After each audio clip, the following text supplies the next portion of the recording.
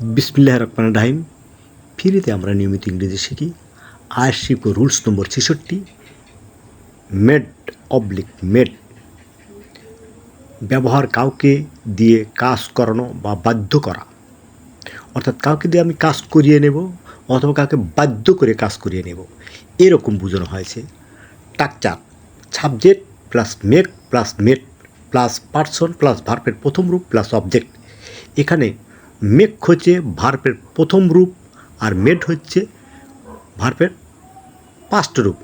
যদি প্রেজেন্ট টেন্সে থাকে তাহলে মেক, আর যদি পাস্ট টেন্সে থাকে তাহলে মেড ব্যবহার করা হবে। অর্থাৎ মেক মানে হচ্ছে বর্তমানকালের ক্ষেত্রে ব্যবহৃত হবে, আর মেড হবে হচ্ছে মানে অতীতকালের ক্ষেত্রে মেড ব্যবহৃত হইবে টেন্স অনুযায়ী। যেমন কয়েকটা উদাহরণ এখানে আমাদের দেওয়া হলো। সে আমাকে দিয়ে কাজটি করিয়ে নিল, she made me do the work. এই কাজটি অতীতে হয়েছিল। মা শিশুকে ঘুমাতে বাধ্য করলো, mother made the child sleep. এটা অতীতকালে হয়েছে। মিরাজ আমাকে দিয়ে মিথ্যা বলতে বাধ্য করলো, মিরাজ মেড মি লাই। এটা অতীতকালের ঘটনা, তাই মেড ব্যবহার করা হয়েছে। আমি তাকে টাকা আনতে বাধ্য করছি, আই মেক হিম ব্রিং মানি। অর্থাৎ এই কাজটাকে বর্তমানে করা হচ্ছে, চলমান প্রক্রিয়া, যার প্রেক্ষাপটে এখানে মেকের ব্যবহার করা হয়েছে। সুতরাং মেক এবং মেডের ব্যবহার যদি আমরা সঠিক মতে অ্যাপ্লাই করতে পারি, সঠিক মতে আমরা এই মেক ও মেডের ব্যবহার করতে পারি, তাহলে আমরা এই মেক ও মেড ব্যবহার করে আমরা আমাদের সচরাচর যে সমস্ত ইংরেজিগুলি বলি সেগুলি আমরা নিয়মিত এবং ভালোভাবে বলতে পারবো, শিখতে পারবো। এক্ষেত্রে আমাদের ভাষার শেখা বা বলার কোনো সমস্যা হবে না।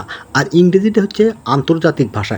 এই ভাষাটিকে আমাদের দেশের যেরকম চাহিদা আছে, পৃথিবীর প্রত্যেকটা প্রান্তে এই ভাষাটার প্রচলন বেশি।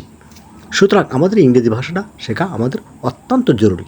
যাই হোক, আসুন আমরা মিথ্যা বলা পরিহার করি, সত্য বলার অভ্যাস করি, দুর্নীতিকে না বলি, মাদককে ঘৃণা করি, সবাই মিলে বৈষম্যহীন সোনার বাংলা গড়ি। আসসালামু আলাইকুম আরহামাতুল্লাহ। আমার এই ভিডিওটা যদি আপনাদের ভালো লাগে থাকে, আপনারা অবশ্যই আমার এই ইউটিউব চ্যানেলটিতে সাবস্ক্রাইব করবেন এবং বেল আইকনটি চাপ দিয়ে আমার সঙ্গেই থাকুন। এবং আমার ফেসবুক আইডিতে এই ভিডিওগুলি নিয়মিত আপলোড করি।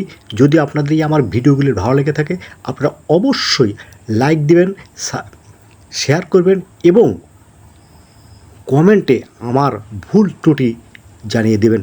ধন্যবাদ। যে যেখানে থাকুন সুস্থ থাকুন, সুন্দর থাকুন, নিরাপদে থাকুন।